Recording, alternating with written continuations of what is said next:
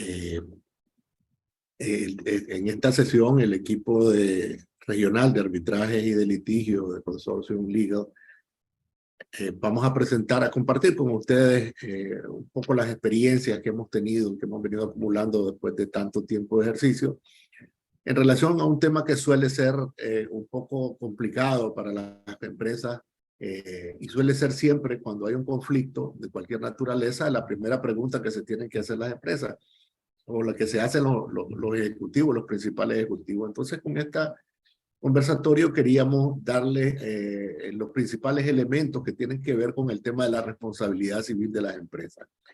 Este es un tema sin duda amplísimo que tiene demasiadas aristas, tanto en términos teóricos como en términos prácticos.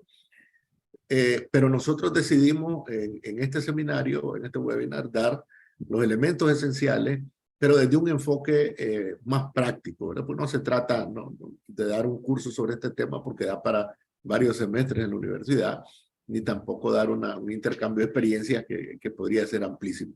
Pero sí queríamos compartir con ustedes este expertise del equipo de litigio y arbitraje regional de Consortium, que dicho sea de paso es el único caso en cualquier firma legal regional de una firma que cuenta con un equipo dedicado especial y específicamente al litigio y arbitraje, pero no solo dedicado a eso, sino que con una gran experiencia. Cada uno de los colegas que están el día de hoy y los otros que forman parte del equipo acumulan una grandísima experiencia específicamente en el área de litigio y arbitraje. El día de hoy nos van a acompañar en este pequeño conversatorio Elías Arriaza, que está ubicado en Guatemala, Diego Rivera, en El Salvador, Gustavo León Gómez, también socio de la práctica de litigio y arbitraje en Honduras, Sergio Escobar en Nicaragua, Andrés Martínez y Daniela Villafranca también, que está en Honduras. Entonces, en este conversatorio vamos a abordar desde un enfoque estrictamente práctico, nada teórico, los principales tipos de responsabilidad civil que tienen las empresas. Y centrado en tres temas muy importantes, que son las responsabilidades que se derivan de los contratos y del incumplimiento de los contratos, las responsabilidades extracontractuales, o sea, esos casos en los que las empresas terminan asumiendo o podrían estar asumiendo una responsabilidad no derivada de un contrato, y el otro tema que es extraordinariamente interesante, pero muy complejo, que es el tema de las cuantificaciones de este tipo de responsabilidades. Sin más preámbulos, quiero dejar con la palabra al abogado, excelente colega con una amplísima experiencia en estos temas, Gustavo León Gómez. Muy buenos días, gracias Gerardo, y buenos días a todo nuestro auditorio en este webinar. Saludar a nuestros colegas, abogados internos que se han conectado y al resto del auditorio, colegas, ejecutivos y demás personas interesadas en este tema tan importante para nuestros clientes y para las empresas en general.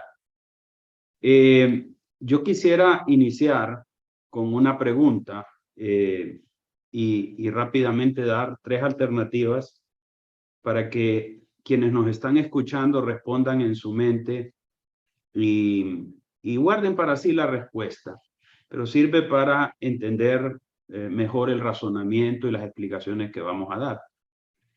Porque a veces es difícil entender y podrá ser una sorpresa que el equipo regional de Consortium de Litigios y Arbitrajes esté hablándoles sobre responsabilidad civil, que es algo que usualmente se toca con el área de práctica corporativa en el proceso de elaboración de contratos.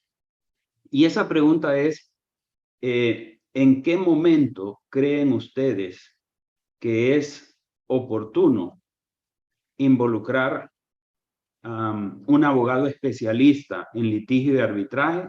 Y las opciones serían antes de firmar el contrato, mientras se ejecuta el contrato o cuando el contrato va a ser terminado y potencialmente existe una controversia. No espero una respuesta, pero sí que ustedes la mantengan en su mente. Y voy a dar la respuesta que en nuestra opinión es la correcta y que muchas veces sorprende. Y es que el abogado especialista en litigio y arbitraje debe de estar involucrado en la etapa de elaboración del contrato, por una simple y sencilla razón. Hay una sola cláusula que atañe a eso, y es la cláusula de resolución de controversias, jurisdicción aplicable o legislación aplicable. Sin eso, la estructura del contrato, independientemente de lo bien que esté realizada, se puede caer al momento de enfrentar una tensión contractual. Entonces, cuando nosotros hablamos en este momento de responsabilidad derivada de contratos, debemos entender que esto surge de las obligaciones mutuas que tienen las partes. Son contratos inalagmáticos, para los que son abogados pues entenderán, que implican obligaciones recíprocas que deben ser cumplidas. En ese sentido, el acompañamiento del área corporativa en consulta con el área de litigio y arbitraje en función de evaluar la ejecución del contrato y las responsabilidades que surgen de este es fundamental. Y aquí es importante algunas recomendaciones que en nuestra experiencia son muy útiles para enfrentar los retos que pueden venir, como por ejemplo la creación de una matriz de obligaciones derivadas del contrato, que debe de estar siendo permanentemente supervisada por sus abogados y por sus equipos internos. Existen en la ejecución de contratos, por supuesto, y vamos a hacer uso de un ejemplo bastante común que tiene que ver en cuanto a la relación, por ejemplo, de una construcción de obra civil, contratante, contratista, supervisión. Se dan dinámicas en las que muchas veces no se prevé la participación del abogado de litigio y arbitraje. Y en ese sentido es importante entender que en estas dinámicas, en estas comunicaciones que se dan, en estos intercambios y potencialmente en la aplicación de cláusulas de solución de controversias previas a un proceso arbitral o de litigio formal, es importante construir toda la prueba y hacer los intercambios de información que acaban incentivando o desincentivando un conflicto. Entonces, para nosotros es muy importante que ustedes entiendan claramente cómo esa participación acaba siendo una gran diferencia en los resultados finales de una situación potencialmente controversial. Y cómo en el momento en que surja un incumplimiento de contrato, la participación de los equipos interdisciplinarios, ya sea corporativo, con litigio y arbitraje, por ejemplo, acaba permitiéndole al negocio, a la gerencia, tomar decisiones acertadas.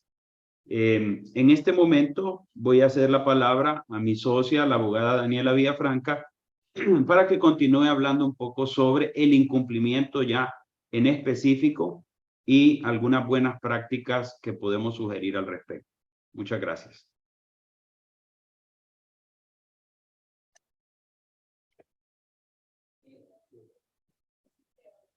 Buenos días, muchas gracias. En este primer enfoque que hemos abordado nos estamos refiriendo a la responsabilidad civil contractual, es decir, la obligación de resarcir un daño causado a raíz del incumplimiento del contrato.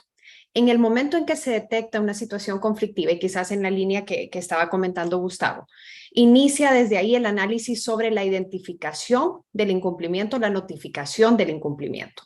Y es aquí donde encontramos la importancia en definirlo correctamente, cómo se notifica, cómo se documenta, cómo nos ponemos este paracaídas para un eventual proceso de litigio o arbitraje relacionado con la ejecución del contrato, y en base al cual se quiera posiblemente reclamar esa responsabilidad contractual de la que estamos hablando.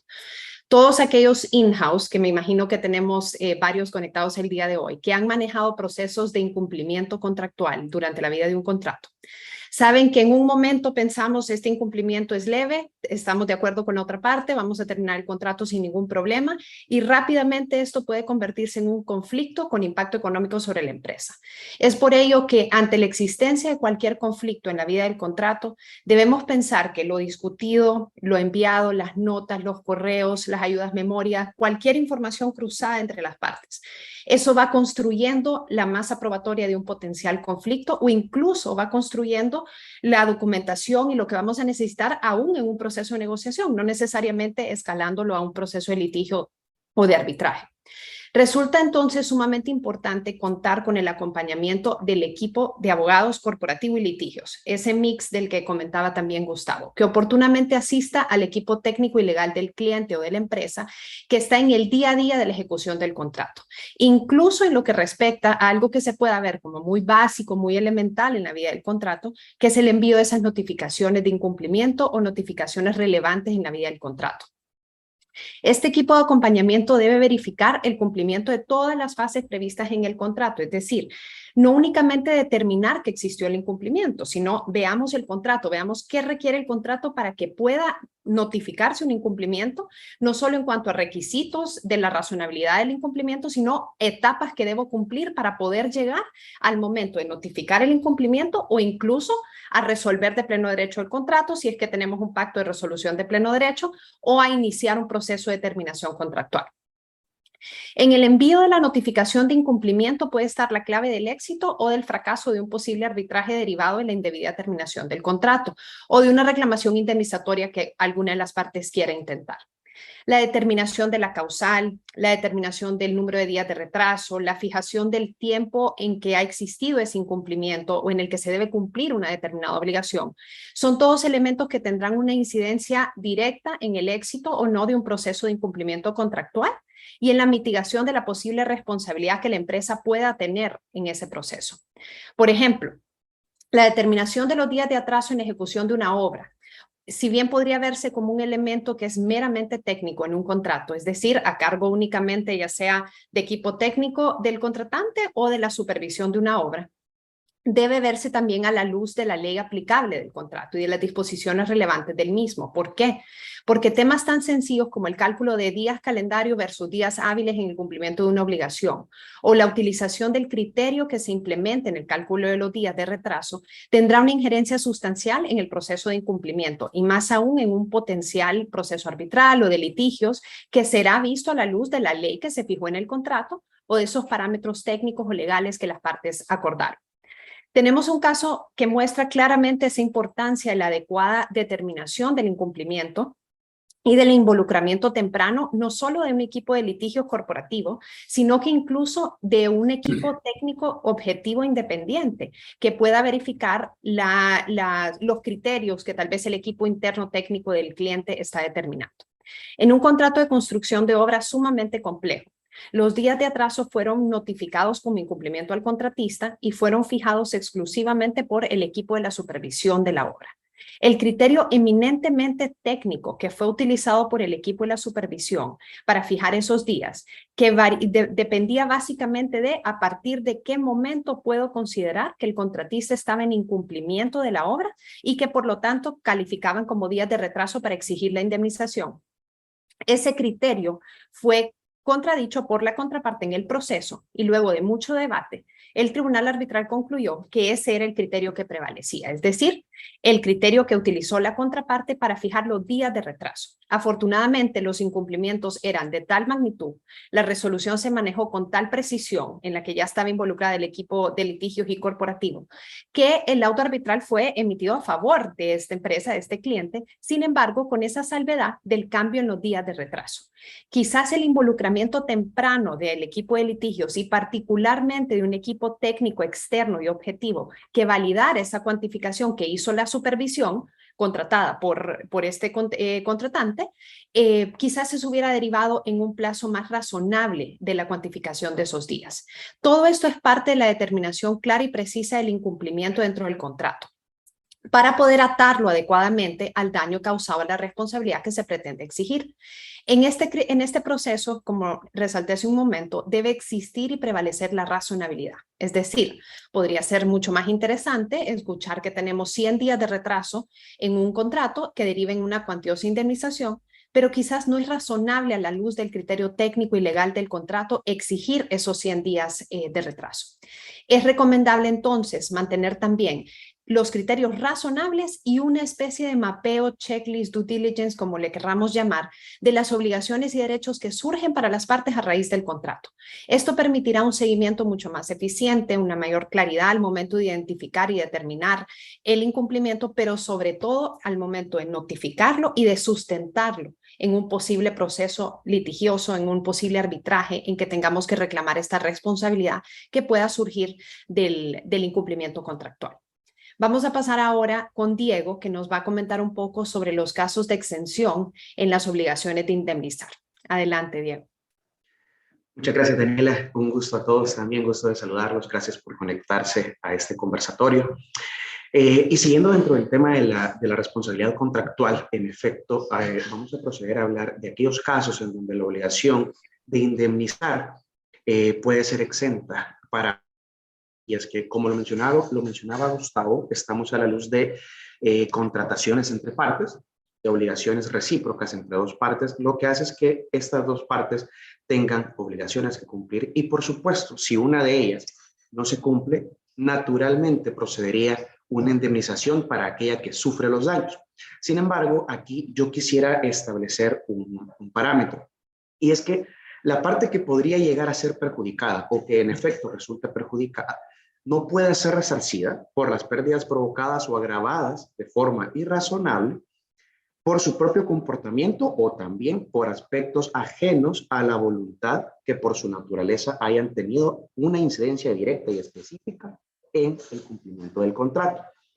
Aquí es donde a mí me gusta llamarle que existe una especie de perdón otorgado por ley, siempre y cuando yo logre probarlo. Y aquí surge mucho la importancia de la pregunta inicial que hacía Gustavo. En el hecho de desde qué momento puedo yo involucrar a mi abogado de litigio en este tipo de contrataciones, ya sea contrataciones particulares o contrataciones entre particulares y administración pública. Y es que si bien es cierto, existen estas causas de exención que nosotros podemos tratar de incorporar en algunos contratos, habrán algunas otras que será difícil de prever, porque aquí es donde tenemos tres diferentes aspectos que son los que trataré de desarrollar puntualmente desde un enfoque más práctico. Siendo el primero de ellos el tema del caso fortuito y fuerza mayor. No voy a profundizar en qué trata un caso fortuito o una fuerza mayor, sino que me iré directamente al aspecto similar que tienen cada uno de ellos. Y es que ninguno de ellos, al menos así lo determina la ley, puede ser previsible. Y aquí entran aspectos de la teoría de imprevisibilidad que uno tiene que empezar a analizar y a desarrollar como preparación ante un eventual conflicto. Porque aquí estamos en un evento en el que ya existe un incumplimiento. Sin embargo, la parte que aparentemente causó ese incumplimiento tiene la oportunidad de demostrar si fue un incumplimiento derivado de una acción u omisión propia de esta parte o si se trata de un aspecto que no podía prever. En ese tipo de circunstancias, el cumplimiento o una indemnización incluso no podría llegar a ser exigible y se puede liberar a una de estas partes siempre y cuando así lo determine. Normalmente este tipo de discusiones se lleva a sedes judiciales o sedes arbitrales, porque normalmente cuando nace un incumplimiento viene el reclamo. Y cuando viene el reclamo, nace el derecho para que la otra parte se justifique por ello. Y aquí nosotros tenemos un tema bastante interesante que surgió a raíz de la pandemia del COVID-19, donde hubo una infinidad de contratos en donde nadie, por supuesto, podía prever la existencia de una pandemia y, por lo tanto, era imposible establecer de qué forma o de qué otra manera podíamos llegar a incumplir. Y cuando venían estos reclamos, normalmente había que preparar el terreno. Y el terreno se prepara desde el momento en el que la parte que sufre la consecuencia de este caso fortuito, fuerza mayor, puede llamar a su abogado, a su equipo de abogados, incluido el abogado de litigio corporativo, y le menciona cuál es el incumplimiento en el que ha caído y cuáles son sus razones, para empezar a establecer esos parámetros en donde yo puedo preparar el terreno de una eventual defensa. Y aquí viene bastante un aspecto de qué es lo que yo, en qué me tengo que enfocar. Y es que si bien es cierto, algunas veces estos casos fortuitos, fuerza mayor, son hechos completamente notorios, como fue el caso de la pandemia, es importante que para que yo lo pueda alegar ante una autoridad competente, yo pueda no solo acreditar los motivos, sino también que pueda documentarlos y presentar suficiente prueba para establecer que este incumplimiento ha sido producto de este hecho que yo no pude prever. ¿Sí? Entonces, desde este momento es cuando yo tengo que empezar a preparar el terreno para poder presentar una excepción o una defensa ante un tribunal, porque no es posible negar que existió un daño por un incumplimiento en este tipo de circunstancias, cuando ya estamos en este momento. Pero sí es posible establecer que este daño, que naturalmente tendría que repararse, no fue provocado por un elemento que yo haya ocasionado. No se fue provocado por ninguna acción ni por ninguna omisión en donde yo haya tenido la intención de provocar este daño. Es así como nosotros llegamos a un tema, y lo hemos discutido incluso en tribunales, el tema de que al impedido por justa causa no recorre plazo desde el momento en que se configura el incumplimiento hasta su cese. Sí, este tema es bastante aplicable en este tipo de circunstancias. Ahora bien, dejando de lado el caso fortuito fuerza mayor, tenemos el incumplimiento de la parte contraria, que es una causa adicional a la exención de la responsabilidad contractual. Aquí hay un elemento bastante importante, y es que si bien es cierto, cualquiera de las partes tiene la posibilidad de reclamar ante tribunales judiciales o arbitrales la indemnización o reparación de un daño por un incumplimiento de la contraparte, también le nace el derecho a la otra parte del contrato a excepcionarse y mencionar que si es que está en el supuesto que la parte reclamante ha incumplido también el contrato, también puede defenderse por esa vía para evitar cumplir con una indemnización de daños y perjuicios. Esto, evidentemente, donde surge un poco el conflicto es cómo lo voy a aplicar en la práctica. Y es que uno normalmente quiere prever este tipo de circunstancias. Y naturalmente, cuando estamos frente a ante una de estas causas de exención, ya estamos en el momento en el que ya me hicieron un reclamo vía judicial o vía arbitral. Entonces, es en ese momento donde yo tengo que conocer qué figura voy a aplicar. Y es donde nosotros, de acuerdo con la legislación civil, que es muy parecida regionalmente, tenemos una excepción que se le denomina la excepción de contrato no cumplido. Y naturalmente, cuando una de las partes exige a la otra parte contractual un tipo de cumplimiento de obligación, si esta parte reclamante no ha cumplido con su obligación original, yo no tengo la obligación de cumplir con mi parte, siempre y cuando yo logre probar que la parte reclamante no ha cumplido con su parte. Esto, por supuesto, necesita de mucha preparación documental, de mucha preparación con el cliente directa para poder presentar esta defensa en juicio. Y aquí entramos a un principio que se ha utilizado también en tribunales, que es el tema de que la mora purga la mora. Entonces, si la parte que me reclama está en mora conmigo, entonces yo no tengo que responder por la mora en la que yo haya incurrido. Máxime, si la mora en la que yo incurrí es producto de la mora que incurrió la parte reclamante. Y como último punto de la causa de exención de responsabilidad contractual, tenemos el tema de la prescripción. La prescripción es un elemento que quizás es muy conocido por todos, una figura que podemos ubicar, que tenemos dos tipos de prescripciones. Para este caso yo me voy a enfocar en el tema de la prescripción extintiva. ¿Por qué? Porque el mero transcurso del tiempo, nos establece la ley, puede ocasionar un perjuicio para que yo pueda reclamar un derecho.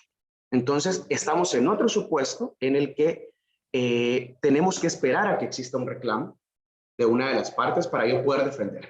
Pero cuando esto sucede, lo que implica es que el abogado de litigio tiene que estar muy involucrado con su cliente para conocer todas las etapas por las que ha pasado este contrato. Y de aquí vuelve a retomar importancia que haya un acompañamiento desde el principio.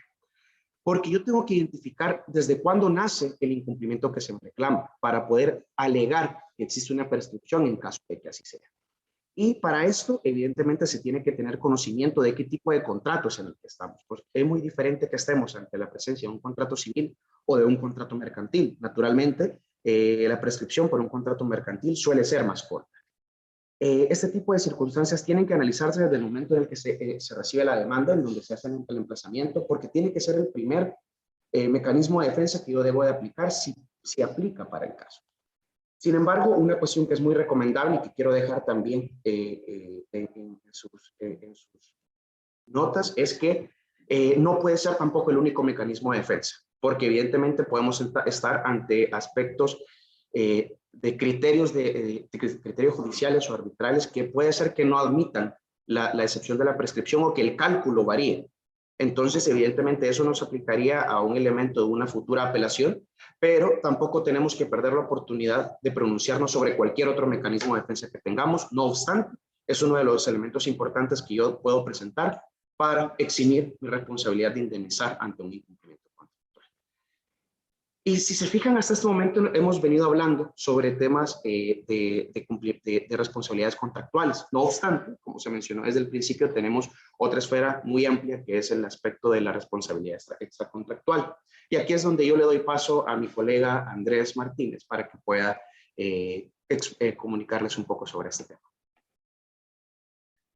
Muchas gracias, Diego. Como vos bien lo decís, dentro del universo de lo que es responsabilidad civil, tenemos también una esfera bastante grande que se denomina responsabilidad civil extracontractual. Y como el nombre mismo lo dice, es aquella responsabilidad que nace cuando no existe una vinculación contractual.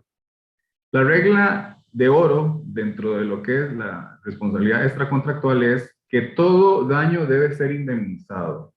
Y entran criterios de imputación, es decir, a quién yo le endilgo la responsabilidad por el daño causado. Y esto nos genera dos títulos grandes que deberíamos de desarrollar. El título primero es la responsabilidad extracontractual subjetiva. Es decir, es aquella responsabilidad que, como lo dije antes, nace sin que exista un vínculo contractual, pero aún así se provoca un daño y la persona que produce ese daño se ve en la obligación de resarcir ese daño. Para que esto ocurra, tienen que darse varios supuestos. Y antes de señalar cuáles son los supuestos, sí es muy importante decir que dentro de los supuestos que voy a indicar, hay supuestos que eximen la responsabilidad, que ya fueron los que nos indicaba ahora Diego Rivera. Pero los supuestos o los elementos para que podamos definir que efectivamente existe una responsabilidad, una obligación de resarcir el daño, es la antijuricidad, es decir, que el hecho, la acción, no está permitida por ley. Que existe una culpabilidad, es decir, hay una responsabilidad de la persona, sea por dolo, es decir, porque efectivamente quería cometer el daño, o que por una falta al deber de cuidado se cometió el daño. Normalmente, cuando hablamos de falta al deber de cuidado, nos estamos refiriendo, por ejemplo, a la negligencia, a la imprudencia. Y por último, tenemos un elemento de causalidad, que este elemento nos lo va a explicar más adelante nuestro colega Sergio Escobar. Y en este gran título, en este primer título, pues es fácil entender, cuando efectivamente decimos, bueno, sí, si una persona comete un daño, pues está obligado a resarcirlo. Pero en el segundo gran título, que está dentro de la responsabilidad civil extracontractual, es la responsabilidad civil extracontractual objetiva. Y es cuando se dan varios supuestos en los cuales, a pesar de que yo no fui el que cometí el daño, igual soy responsable. Y esto aplica, repito, tanto para personas físicas como para empresas. Y aquí es donde el tema entonces se nos torna un poquito más interesante, porque entonces de lo que les voy a plantear ahora es cuando yo soy responsable sin haber sido yo el causante de la acción que generó el daño. Y les voy a dar algunos ejemplos para que podamos evidenciar o observar con mayor claridad qué es esta responsabilidad extracontractual de la cual yo les estoy hablando. Los casos más típicos es, por ejemplo, la responsabilidad invigilando. Y es aquella responsabilidad que yo tengo por vigilar el trabajo que hacen mis dependientes o aquellas personas con las que yo trabajo o he contratado. Caso concreto de la vida real, pasó hace poco en un desarrollo de un proyecto inmobiliario donde se contrató a un tractorista, una persona que manejaba un tractor, tenía que eliminar cierta área boscosa permitida por ley, evidentemente, pero esta persona se fue un poco más allá al punto en que llegó a la línea de manglar. Y acá, por lo menos en Costa Rica, cuando hay un manglar, se sabe que usted tiene que dejar una separación aproximadamente de unos 100 metros, 50 metros, más o menos, dependiendo del lugar. Y esta persona llegó hasta el manglar. Y entonces, la empresa se vio obligada a resarcir ese daño ambiental porque no vigiló el trabajo que hizo la persona a la cual esta persona contrató. Otro de los ejemplos es la responsabilidad in vivendo. Y aquí voy a ponerme yo como ejemplo. Imaginémonos que yo soy una persona que no soy buena dando este tipo de charlas, no soy bueno como abogado y tengo que ir a buscar trabajo y me coloco en la planilla de una empresa que efectivamente maneja equipo pesado, tractores. Y resulta ser que yo nunca he tomado un tractor y en el primer momento que hago a manipular el tractor, me voy en contra de algunos vehículos causándoles daño. Ahí no solo soy yo responsable de esa acción dañosa, sino que también será responsable aquel que me dio a mí el cargo de manejar ese tractor. ¿Por qué? Porque no hizo una buena elección de la persona que iba a estar encargada de manipular la maquinaria. Entonces, vemos en estos dos ejemplos muy típicos, casi podríamos decir que están presentes en todas las jurisdicciones, dos ejemplos en los cuales existe una responsabilidad de un tercero que no es el que comete la acción, pero que aún así debe resarcir el daño generado por la persona que lo ocasionó. Y podemos entrar un poco más en detalle de algunas otras ocasiones en las cuales habrán terceros que deberán hacerse responsables sin necesidad de haber sido los que ocasionaron el daño. Tenemos el caso típico de la responsabilidad en temas de consumidor. Cuando existe una relación de consumo, lo que se dice es que todas las personas que participan de la relación de consumo son responsables solidariamente. Esto no está necesariamente presente en todas las jurisdicciones. Lo cierto del caso es que en algunas sí ya está presente. Y lo que nos dice la regla es que puede ser que el daño ocurra en alguno de los eslabones dentro de la cadena de producción, de consumo, y aún así, a pesar de que es en un eslabón específico de la cadena de consumo, todos los que pertenecen a esa cadena son responsables. Les voy a dar un ejemplo concreto también de la vida real. Resulta ser que una señora contrata un tour, un paquete turístico, en el cual su tarjeta le ofrece que con el gasto o el uso de la tarjeta va a hacerse acreedora de un viaje a Costa Rica. Le indica no solo cuál es la aerolínea que también está promocionando la actividad, sino también que le indican el hotel y le indican que dentro de los servicios que está incluido dentro del paquete está el transporte hotel-aeropuerto, aeropuerto-hotel, hotel-aeropuerto. Resulta ser que la señora viene a Costa Rica, disfruta de unas vacaciones aparentemente maravillosas, se monta en una buseta para devolverse al hotel y lamentablemente sufre un accidente de tránsito. Inmediatamente muchos podríamos pensar que el único responsable por ese accidente de tránsito es el chofer de la buseta. Pero resulta ser que como ella está dentro de una relación de consumo, dentro de un servicio, el cual ella pudo adquirir a través de su tarjeta en su país de origen, ella demandó a todas las personas y a todas las empresas que estuvieron involucradas en esta cadena de servicios. Y efectivamente, se logró, obtener una condena a todas las empresas en forma solidaria, de forma tal de que ella pudo cobrarle a todas las personas los daños que ella misma. En materia de responsabilidad civil extracontractual, tenemos el tema de lo que son los delitos y los cuasidelitos, así lo dice en la norma, y voy a dar brevemente una oportunidad para explicar. Evidentemente los delitos son aquellas acciones contrarias a la norma, de las cuales la persona que las incumple, o que las comete, no solo se expone a una sanción de cárcel, sino que además pueden sufrir una sanción de económica. Pero también tenemos los cuasi delitos que simplemente se conocen como ilícitos civiles, en los cuales lo que se da es un delito culposo, un delito imprudente. Por ejemplo, tenemos el caso de la persona que conduciendo en estado de ebriedad comete un daño. Imaginemos un daño a la integridad física de una persona, y entonces se ve obligada a resarcir ese daño.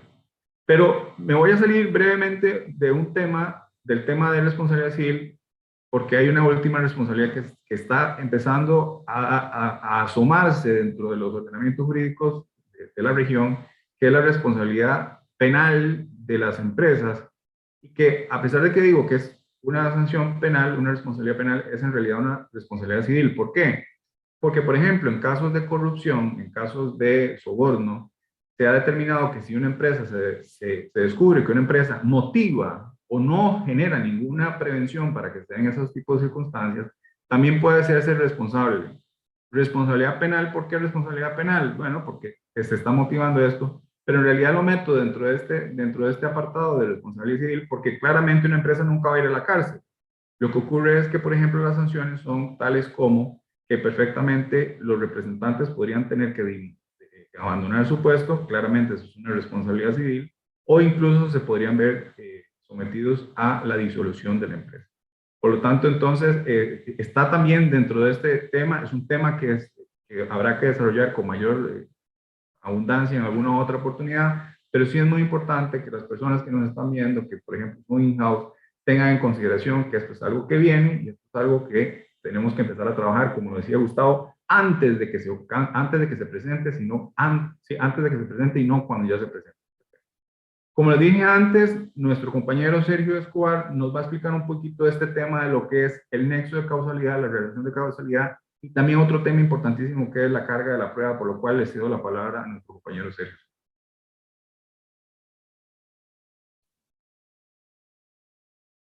Muchas gracias, Andrés. Mucho gusto. Les saluda Sergio Escobar del Departamento de Litigio del Consultorio de Nicaragua.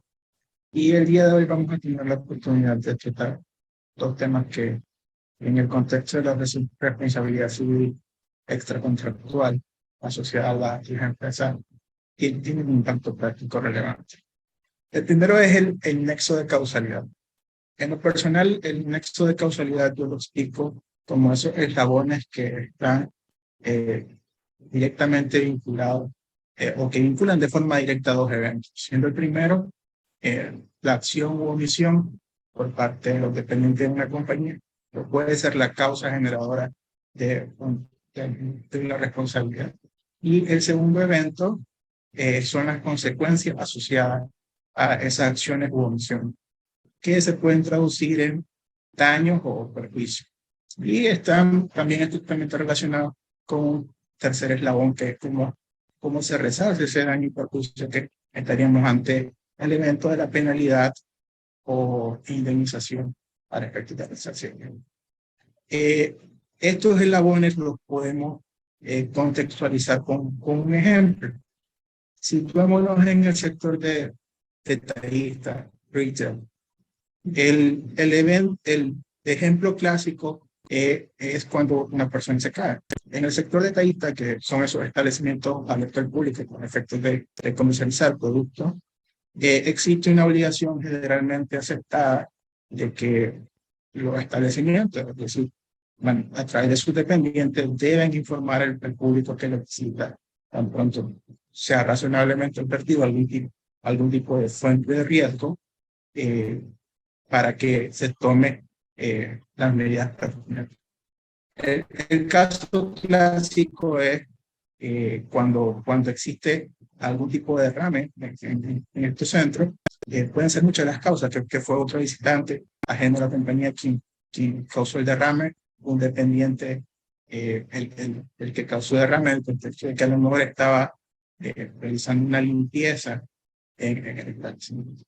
Entonces, la obligación o el deber de cuidado y advertir tan pronto sea razonablemente posible esta fuente de peligro es ¿cuál? Colocar el aviso. Entonces, en el contexto de responsabilidad civil extracontractual, la omisión del cumplimiento de esta obligación de advertir puede ser la causa directa de que una persona que no observó el cartel que debió haber colocado el establecimiento para advertir de que existía un derrame, sufre una caída y en consecuencia pueden ser daños físicos, ¿no? Entonces, ese es el eslabón, o sea, que la acción u omisión esté de forma razonablemente vinculada con las consecuencias. En este contexto hay algo que quisiera aclarar. Como estamos hablando de responsabilidad civil extracontractual, a diferencia de cuando existe una relación previa en la que conocemos a nuestra contraparte, sabemos quiénes son las personas que toman decisiones, sabemos quiénes son los distintos actores, tenemos bien mapeado la organización. Cuando estamos ante responsabilidad civil extracontractual, lo usual es que no tenemos conocimiento de las personas. Estamos hablando de un visitante en una tienda que probablemente visitan 3.000, 4.000 personas al día. Entonces, hay ciertas medidas que se deben implementar. Por ejemplo, identificar a la persona que sufre, abrir un canal de comunicación activa con ella. De igual manera, hay algunas medidas que nosotros consideramos recomendables. Si hemos advertido que, por ejemplo, la tienda no cumplió con ese deber de cuidado, hay indicios de responsabilidad. La relevancia de la relación de causalidad es que es un primer termómetro para identificar si nosotros vamos a tener algún grado de eventual responsabilidad. ¿Y qué nos permite eso en la práctica? Adoptar decisiones estratégicas de negocio de manera temprana. Si, por ejemplo, identificamos que no se cumplió con colocar el cartel de manera oportuna, probablemente la decisión de los abogados internos o externos que se han consultado sea: tratemos de buscar una solución temprana y un acuerdo negociado que sea de beneficio mutuo para todas las partes. Si, por ejemplo, nos encontramos en el evento de que se cumplió con advertir oportunamente, probablemente la decisión sea: dejemos que el incidente se desarrolle. Obviamente vamos a colaborar con la asistencia inmediata y tal para evaluar el seguimiento, pero si las posiciones no son cercanas y tenemos una posición sólida porque se cumplió con ese deber de advertencia al público, probablemente la decisión sea: dejemos que incluso transcurra hasta un contexto institucional. Y aquí está estrictamente relacionado al segundo tema, que es precisamente carga de la prueba. Carga de la prueba en esencia significa, en el contexto de un proceso, que cada persona tiene el deber de demostrar lo que es alegado por ella. Pero sobre la prueba existen ciertas concepciones erróneas, porque, como lo decían los compañeros anteriormente, lo usual es que al abogado de litigio se le integra hasta que nos notifican un embargo, hasta que nos notifican una demanda. En ese evento, la responsabilidad de generación de la prueba no es del abogado litigante, porque no tuvo una participación previa. Lo que nosotros consideramos recomendable es que el abogado de litigio, en la medida que sea oportuna, participe desde la elaboración del contrato, pero en el contexto de responsabilidad extracontractual, desde que sucede un incidente frente a un tercero. O sea, tras que suceda ese incidente, se le consulte cómo es la forma adecuada de proceder. En el ejemplo que estamos tratando, la consulta inmediata del abogado sería: el evento quedó grabado en cámara. Resguardemos ese video en el que se constata de que estaba efectivamente el cartel que advertía al público que ese piso se encontraba mojado y que obviamente estaba colocado en una posición adecuada y que tenía el tamaño pertinente. Si no involucramos de manera oportuna al abogado, la responsabilidad sobre la generación de la prueba recae sobre el área de negocio, que es algo que se puede compartir dándole la intervención oportuna al abogado. Ahora, ¿qué nos permite esa intervención temprana? Que el abogado tenga claridad en la narrativa, porque logrará identificar de manera adecuada quiénes son los distintos actores dentro de la tienda que tuvieron conocimiento directo. Logrará advertir que se resguarde el video, logrará conversar con los dependientes y eso transmite claridad y se traduce en que se vea reflejado en el proceso.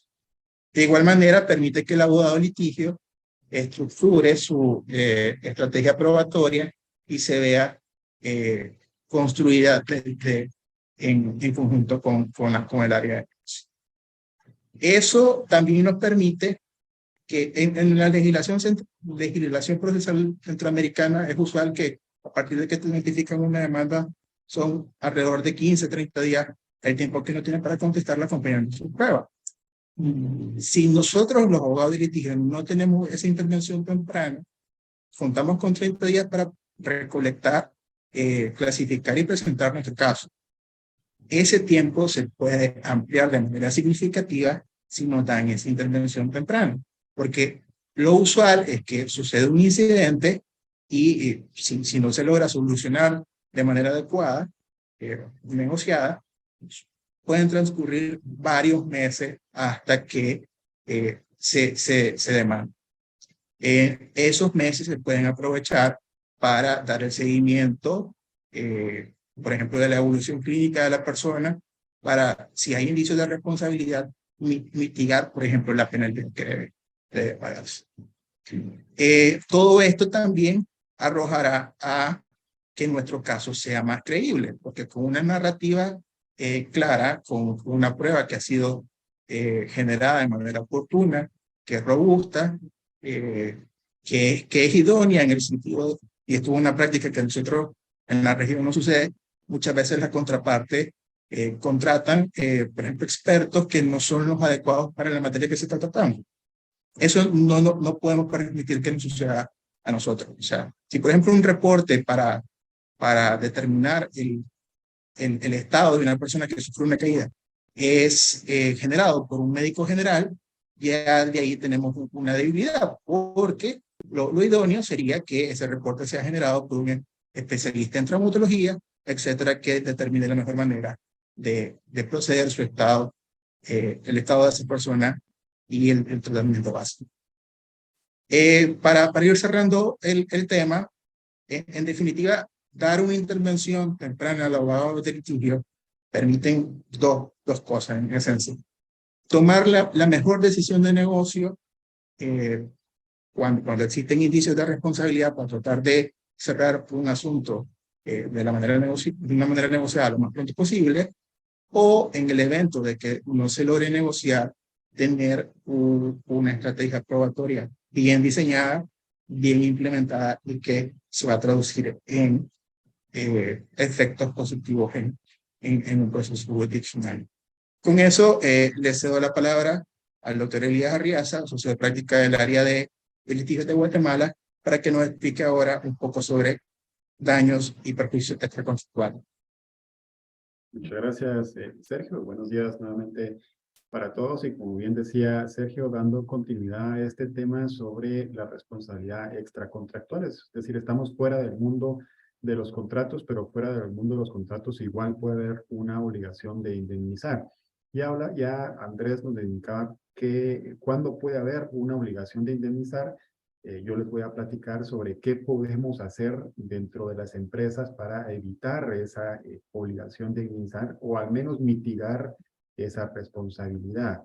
También vamos a abordar el tema sobre la prueba de los daños, que Sergio ya nos platicaba o anticipaba sobre el tema. ¿Qué es eso de probar los daños? ¿Qué diferencia hay con la prueba en general dentro del proceso y por qué es importante? Y por último, un breve comentario sobre los daños morales. Tal vez alguno ha escuchado reclamo de daños morales y nos ha surgido la duda de qué es ese concepto de daños morales. El primer tema de qué podemos hacer para evitar la responsabilidad extracontractual, nos ponía Daniela la analogía de un paracaídas en el caso de los contratos. Bueno, algo similar podemos hacer también para la obligación extracontractual. ¿Qué podemos hacer? La debida diligencia.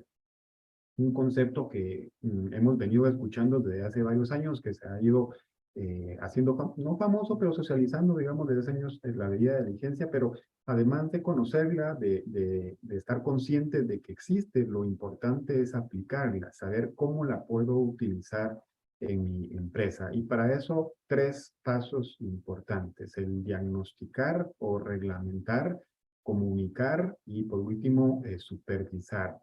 ¿A qué me refiero con diagnosticar? Es establecer cuáles son los puntos de riesgo dentro de mi operación, indistintamente de qué se trate, si es una industria, si es un establecimiento abierto al público, si es un prestador de servicios, indistintamente de qué se trate, establecer cuáles son los puntos de riesgo en los cuales mi empresa puede ocasionar un daño a un tercero, del cual se pueda derivar una obligación de indemnizar. Y luego de establecer esos puntos de riesgo, viene la labor de reglamentar, es decir, establecer cuáles son las medidas que yo voy a pedir a mis colaboradores, a los empleados, que sigamos todos dentro de la empresa para evitar o mitigar, causar ese daño. Y aquí viene amarrado al segundo punto, que es comunicar. De poco o nada me serviría que solo el gerente o a nivel gerencial conozcamos que existe un protocolo muy bonito, pero archivado, si mis empleados y mis colaboradores no lo conocen. Entonces, después de realizar ese protocolo de seguridad, muy importante poderlo socializar, poderlo comunicar, las famosas capacitaciones. Evidentemente, todo lo bueno tenemos que irlo documentando. Esa capacitación. Yo tengo que dejar evidencia de que realmente yo trasladé el conocimiento que yo le pedí a mis trabajadores que siguieran esas medidas de seguridad, un listado o algún otro documento, alguna otra evidencia de que yo capacité. Y por último, supervisar. Si se dan cuenta, es algo similar a lo que hablábamos con los contratos, pero no basta con decir a los trabajadores debemos de hacer esto. ¿Qué más como gerente puedo tener en mis manos? Es la labor de supervisar. La periodicidad va a depender de la operación de nuestras empresas, cada 2 meses, cada 6 meses, cada año, yo poder evidenciar de que realmente sí estamos siguiendo las medidas que en esa capacitación, que en ese protocolo nos propusimos seguir.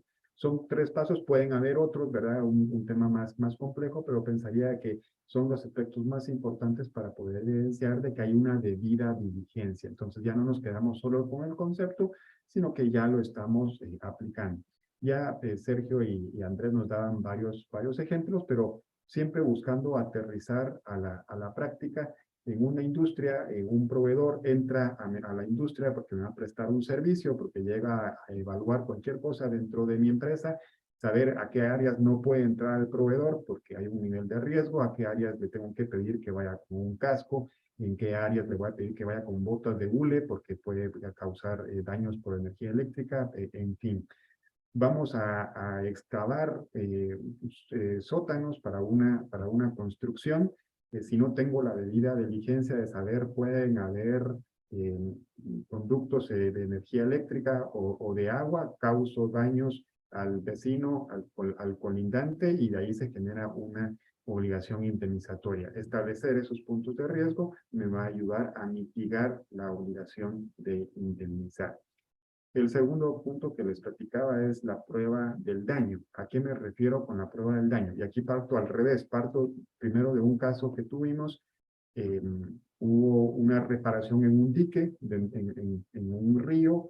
El dique no aguantó, se cedió el dique e inundó los terrenos colindantes. El propietario de los terrenos colindantes demandó daños por esa inundación. La parte actora se concentró en demostrar el hecho, es decir, se vio el dique y hubo una inundación, se concentró en demostrar de que no se siguieron las medidas técnicas necesarias para que no ocurriera, pero se le olvidó demostrar el daño, demostrar la existencia de la siembra. Entonces, ¿qué puede hacer un tribunal? Puede haber responsabilidad, pero no puedo condenar a reparar un daño porque no me demostraron el daño. No me demostraron de que en ese inmueble realmente existían siembras que se vieron perjudicadas como consecuencia de la inundación. Y aquí lo amarro a lo que nos mencionaba Andrés, la importancia de preservar la prueba. ¿Qué es lo que tenemos que tener en mente? Media vez ocurra un siniestro. Los accidentes pasan, pero una vez que ocurra un siniestro, cualquiera que sea, lo primero que se nos tiene que venir a la mente es preservar la prueba, incorporar al abogado para que me pueda recomendar tomar fotografías, tomar videos, llegar a levantar actas notariales e incluso llamar al perito para que el perito de forma directa tenga contacto con los daños que se pudieron causar y después pueda cuantificar, como ya Gustavo nos va a platicar sobre ese tema. Y por último, los daños morales. Un guardia de seguridad tiene una escopeta, por accidente se le dispara la escopeta y uno de los perdigones causa daños a un menor. Aparte de los daños físicos, aparte de los gastos de hospitalización, etcétera, ese menor puede ser que tenga una afectación psicológica o emocional por el evento, que necesite ir a un psicólogo para superar al evento. Esos son los daños morales, son las afectaciones psicológicas y las afectaciones morales. Aquí lo particular o lo importante es la cuantificación. Y en cuanto a la cuantificación, yo me voy a quedar con el comentario de que en nuestras legislaciones no se reconocen los daños punitivos. Probablemente hemos escuchado a colegas anglosajones hablar sobre daños punitivos. El daño punitivo lo que trata de hacer es evitar o castigar, es una sanción de decir, esta empresa incurrió en un ilícito civil y para evitar que vuelva a incurrir en el mismo y que ahora sí tenga la debida diligencia, le vamos a imponer daños para que, digamos, entre paréntesis, aprenda. En nuestras legislaciones no está reconocido de esa forma, pero sí está reconocido los daños morales. Y aquí, como les decía, lo que puede ser interesante es cómo demostrar esos daños morales y damos pauta aquí al tema de la cuantificación y aquí Gustavo va a abarcar ambos aspectos, tanto la cuantificación de los daños contractuales como de los daños extracontractuales. Entonces dejo el uso de la palabra nuevamente a Gustavo. Adelante, Gustavo. Muchas gracias, Elías. Sé que queda poco tiempo, voy a tratar de hacerlo lo más rápido y dinámico posible. Voy a comenzar diciendo que si hay algo con lo que nos hemos dado gusto en el equipo de litigios, y es un poco coloquial el término que uso, pero es la realidad en los procesos, es con el manejo de la cuantificación tanto nuestra como de las contrapartes, porque hay terribles debilidades que se exponen en los procesos, de las cuales uno saca provecho cuando ataca una cuantificación ajena o cuando uno prepara muy bien una cuantificación con el perito idóneo, pues obtiene una ventaja suprema sobre la otra parte. ¿Cuándo debe involucrarse a un experto en cuantificación? Desde que existe la posibilidad de tener que caer en una controversia, es importante tener a esta persona ya a la mano. ¿Por qué? Un error muy frecuente dentro de las empresas es que los equipos administrativos parten de la base de la información que les dan sus equipos financieros. Y en muchos casos hemos visto, hacen estos cálculos preliminares partiendo del trabajo que hace un contador interno, un gerente financiero, evidentemente con información interna, en muchos casos, incluso con posibilidad de que existan conflictos de interés, porque obviamente es manejo de información interna a cargo de la persona que está presentando la posibilidad de una cuantificación. A todo el mundo le gusta pensar que tiene derecho a mucho, pero no siempre tiene derecho a mucho. Y por eso es importante que quien haga estos análisis sea alguien independiente, alguien que le va a hablar con la verdad a la gerencia y le va a decir, mire, en efecto, sus abogados seguramente tienen razón, hay un fundamento jurídico para reclamar una responsabilidad, hay un efecto causal, existe un estándar de responsabilidad que no se cumple, pero lo que usted piensa que tiene que reclamar, que son 10, en realidad solo es 1. O por lo menos en esta cuantificación preliminar pareciera ser solo 1. Otro factor que la experiencia nos indica es fundamental es la persona del experto que hace la cuantificación, porque en materia arbitral y en algunos procesos orales en Centroamérica, el juicio o el proceso se verifica en forma oral. Eso significa que no solo tiene que presentarse el documento, sino que el experto debe de tener la capacidad de poder defender ese reporte adecuadamente. Esto implica condiciones personales muy particulares, la habilidad para poder comunicarse, la habilidad para poder rápidamente razonar una pregunta, saber qué contestar, qué no contestar. Es decir, la versatilidad del perito que va a participar en estos temas es fundamental, su experiencia. Se da un trabajo en el que participan entonces todavía antes de un proceso arbitral o litigioso, los abogados corporativos, los abogados que potencialmente pueden llevar el litigio, el equipo técnico interno del cliente que provee toda la información que el perito necesita, y ahí empieza el análisis multidisciplinario, en el que el abogado le dice al perito, bajo el derecho de tal país, esta cuantificación no puede involucrar este tipo de daño, por ejemplo. O el contrato que ustedes firmaron limitó la responsabilidad en cuanto al daño indirecto.